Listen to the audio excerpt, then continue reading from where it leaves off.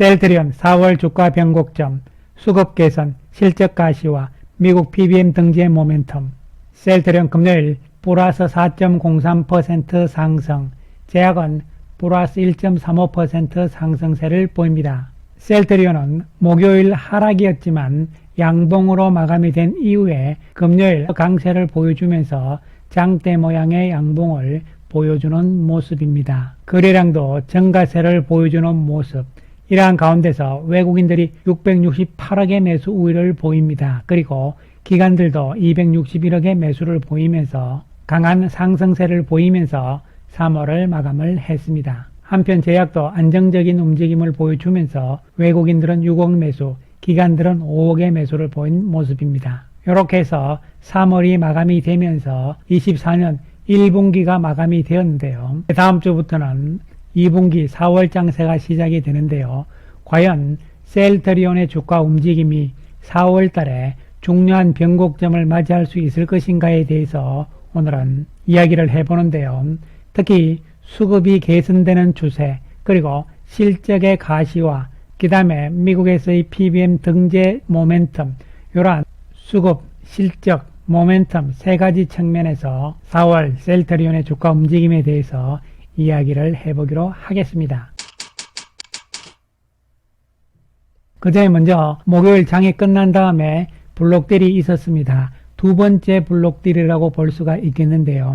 IMM 쪽에서 테마색의 물량 850억을 매입을 했습니다. 지난번에 2000억에 이어서 이번에 850억에서 두 차례에 걸쳐서 2850억 규모의 손바뀜이 일어난 것이죠. 여기서 중요한 것은 과연 IMM 쪽에서 추가적으로 지분 확보를 더 할 것이냐, 이런 부분에 대해서 머니투데이 기사를 보시면요, 향후 지분 추가 확보도 검토하는 것으로 알려졌다, 이렇게 이야기가 됐습니다. 어쨌든 가능성은 있는 것으로 판단을 해볼 수 있는 것이죠. 그렇다면 우리가 생각을 해봐야 되는 것은요, 테마색이 파는 이유, IMM 쪽에서는 사는 이유, 이에 대해서 우리가 살펴봐야 되는데요. 먼저 작년 12월 31일 기준에 합병 이후에 지분 구조를 살펴보게 아이온 인베스트먼트, 이쪽이 테마색이라고 보시면 되는데요.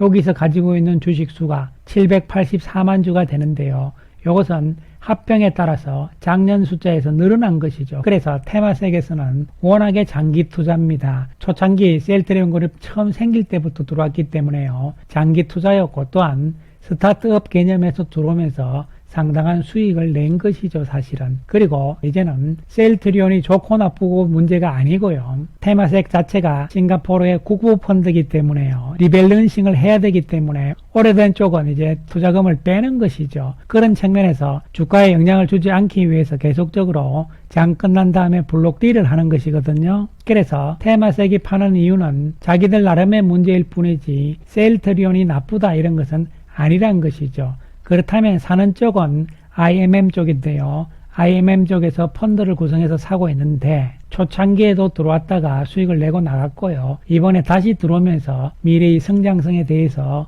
긍정적으로 본다는 이야기가 되는 것이죠. 테마색이 가지고 있는 것이 작년 말 기준으로 784만 주가 되는데요. 이 중에서 두 차례에 걸쳐서 157만 주를 사고 판 것이죠. 아직도 많이 남아있는 상태다, 이렇게 볼 수 있는 것이죠. 어쨌든 테마색 쪽에서는 계속적으로 지분을 줄이겠다, 이런 입장으로 나가기 때문에요. 추가적인 협의가 돼준다면 또 한 차례의 빅딜 가능성도 있다고 볼 수가 있는 것이죠. 그래서 IMM 자산운용 쪽에서는 K-바이오 퓨처스 펀드를 통해서 매입을 하고 있다, 이렇게 보시면 되고요. 셀트리온과의 관계도 우호적인 좋은 관계에 있다, 이렇게 보시면 되는 것이죠. 그래서 3월에 들어서 두 차례의 블록딜, 이것이 수급적인 측면에서는 어떤 자극의 효과다, 이렇게 볼 수가 있는 것인데요.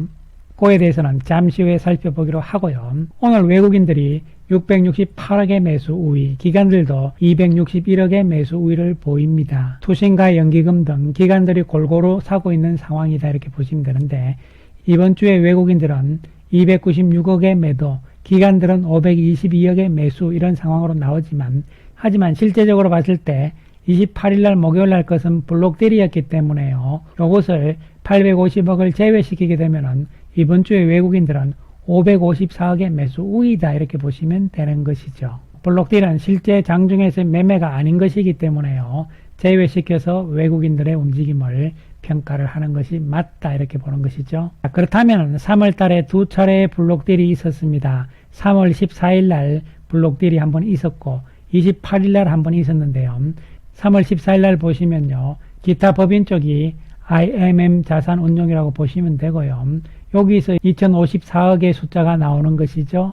그리고 28일 날 853억의 숫자가 나옵니다. 그래서 3월 한 달을 누적으로 봤을 때는 블록딜이 포함이 됐을 때는 외국인들도 매도로 나오지만 그러나 이것을 블록딜 2850억을 제외를 시켜야 되죠. 그렇게 되면 외국인들은 1727억의 매수 우위가 되는 것이고요. 기관들도 765억의 매수 우위가 되는 것이죠. 특히 연기금 쪽의 매수가 많았다. 3월 달에는 이렇게 볼 수가 있는 것이죠. 그렇다면 올해 들어서 월별로 수급 상황들을 살펴보게 되면요.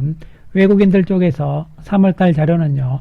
블록딜을 제외시키게 되면 1727억의 매수 우위가 되는 것이죠. 외국인들의 월별 움직임을 살펴보게 되면요. 1월달에 매도를 하고 2월달에 매도 규모가 줄어든 다음에 3월달에는 매수가 크게 늘어나는 모습이 나왔다. 이렇게 볼 수 있는 것이고요.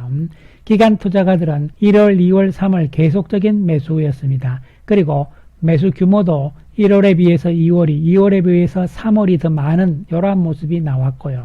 특히 연기금 쪽이 1월, 2월, 3월 연속적으로 매수 우위를 보이는 모습이죠. 따라서 1월, 2월, 3월 누적으로 봤을 때는 블록딜을 제외했을 때 외국인들은 1300억의 매수 우위, 기관들도 1341억의 매수 우위를 보입니다.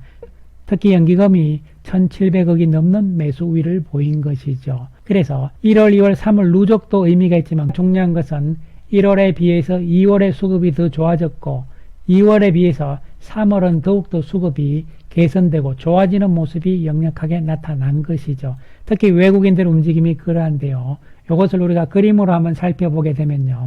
외국인들은 1월 달에 379억의 매도를 보입니다. 이에 따라서 주가가 빠지는 상황들이 나왔죠. 2월 달에는 주가가 박스권에서 등락을 하는 모습이 진행이 되면서 47억의 매도니까 매도 규모가 1월에 비해서 줄어든 것이죠. 그리고 3월 들어서는요. 블록딜을 제외하고 나면은 외국인들이 1727억의 매수 우위를 보인 모습입니다. 그렇기 때문에 3월 달 들어서 외국인들 수급이 좋아지고 있다는 측면은 4월 달에도 그 추세가 이어질 가능성이다 이렇게 볼 수 있는 것이죠. 수급의 개선은 분명하게 나타나고 있다고 볼 수가 있는 것이죠. 자, 그렇다면 두 번째로 이제 실적 측면인데요. 실적 측면에 있어서는 1, 4분기에 어느 정도 실적이 눈에 들어와야 돼요. 눈에 어느 정도 들어오면서 잡혀야 되는 것이죠. 전혀 안 보인다 이러면은 조금 난감한데요.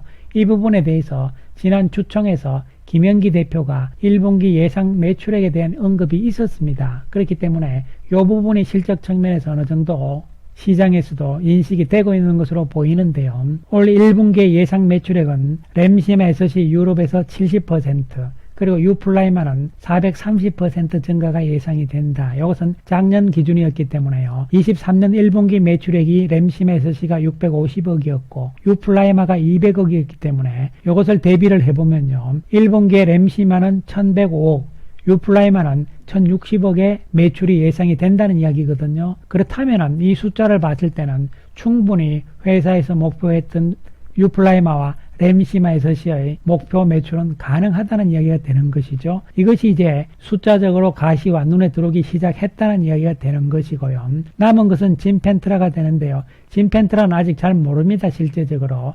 핵심은 진펜트라의 PBM 등재가 지금 어떻게 되느냐가 가장 핵심이 되는 것이고 등재가 돼야만 매출액이 나오는 것이니까요. 이에 대해서도 주총에서 김영기 대표가 한 이야기가 있습니다. 진펜트라는 현재 3대 PBM 모두와 협상을 하고 있고 한 군데는 먼저 5월 달에 등재 가능성, 두 번째로는 8 내지 9월 달에 등재, 그리고 마지막으로 12월 달에 등재해서 1등, 2등, 3등 3개 PBM 모두 다 등재될 가능성이라고 이야기를 했습니다. 이것은 진펜트라가 신약이기 때문에 가능한 이야기라고 볼 수 있는 것이죠. 따라서 2분기에 PBM 등재가 먼저 되면서 실적이 매출액이 어느 정도 나올 것이냐 이런 부분들은 사실은 7, 8월 돼봐야 알 수가 있는 것이죠. 그렇기 때문에 진펜트라는 하반기에 보자 이런 이야기가 되는 거고요. 유플라이만은 유럽에서 좋은 상태고 이러한 가운데서 미국에서도 PBM 등재 쪽에 변화가 있다는 것이죠. 그리고 또한 저가 버전 출시가 하반기에 예정이 되면서 3대 PBM 사보험쪽하고 협상을 지금 하고 있는 것이죠. 이에 따라서 미국에서는 PBM이 가장 중요하다 이렇게 볼 수가 있는데요. 진펜트라는 신약이기 때문에 사보험이든 공보험이든 등재에는 큰 문제가 없습니다. 타이밍의 문제라고 볼 수가 있는 것이죠. 이미 중소형 PBM 쪽에서는 자동으로 지금 등재가 돼 있고요. 또한 공보험 쪽에 휴메나 쪽에서도 진펜트라는 등재가 이미 돼 있는 상황이죠. 유플라이만은요. 목요일날 영상에서도 말씀을 드렸듯이 공보험 시장하고 사보험 시장에 투트랙 전략으로 가는 것이죠. 공보험 시장 쪽에서는 고가 버전으로 가고 그러니까 높은 가격의 유플라임하고요. 그리고 사보험 시장 쪽에서는 저가 버전으로 간다. 저가 버전에 대해서 3대 PBM과 협상 중에 있는 상황이고 하반기에는 사보험 등재와 더불어서 저가 버전 쪽에 매출액이 일어날 가능성이다 이렇게 볼 수가 있는 것이죠. 유플라이만은 여러분 다 아시다시피 바이오 시밀러이기 때문에요. 오리지널인 휴미라가 PBM 등재 목록에서 제외가 되는 것이 중요한데 4월부터 제외가 시작이 되잖아요. 4월부터 휴미라가 빠져나가면서 그 자리를 바이오 시밀러 쪽에서 등재가 되는 것이기 때문에 저가 버전의 유플라이마도 그러한 변화 가능성에 초점을 맞추고 있는 것이죠. 따라서 1분기 실적에 대한 가시화와 그리고 미국의 PBM 등재 모멘텀 등이 4월 달에는 등장할 가능성이잖아요. 이런 부분이 중요한 부분이 되는 것이죠. 이에 따라서 24년 올해 주력 제품인 진펜트라와 그리고 유플라이마의 매출액에 대해서도 주총에서 밝혔듯이 유플라이마는 목표 달성에 큰 문제가 없을 것으로 보여지는 것이고 진펜트라가 PBM 등재와 더불어서 어느 정도의 매출액이 나올 것이냐가 중요한 변수가 될 수 있는 것이죠. 유럽에서의 램시마 에저씨는 회사의 목표보다 오히려 컨센서스가 더 높게 나오고 있는 상황이죠. 그래서 시장에서도 전체적인 매출액을 회사의 목표와 근접하고 있습니다. 3조 4,300억까지 나와 있기 때문에 이러한 실적에 대한 숫자가 언제부터 가시와 눈에 들어오느냐 이런 부분이 4월부터는 조금씩 들어올 가능성이다 이렇게 볼 수가 있는 것이고 또한 미국에서의 진펜트라와 유플라이마 역시 하반기부터는 본격적으로 매출이 나올 것이라는 측면이죠. 그렇다면 주가 움직이면 언제냐 이런 부분이 중요한 부분이 될 수가 있는 것이죠. 우리가 생각해야 되는 것은요. 항상 주가는 미리 움직인다, 선행한다는 측면을 염두에 둬야 되는 것이고요. 그렇기 때문에 빠르면은 4월 중에는 주가의 변곡점이 나올 가능성이 있다고 이야기를 할 수가 있는 것이죠. 또한 월봉상으로 보더라도 예상했던 대로 3월 달에 양봉의 모습이 나와주면서요. 거래량이 2월보다 증가하는 모습이기 때문에 긍정적으로 볼 수가 있는 것이고 이러한 증가 추세가 이어지면서 4월 달의 거래량이 1월 달의 거래량 이상만 나와준다면 예상대로 4월 주가가 중요한 변곡점이 되는 것이죠. 물론 이것은 예상이기 때문에요. 참조만 하시기 바라겠습니다. 어쨌든 1분기가 끝났고요. 4월, 5월, 6월 2분기로 넘어가는 상황에서 주가 역시 중요한 변곡점을 향해서 가고 있는 상황이라고 말씀을 드릴 수 있겠습니다. 감사합니다.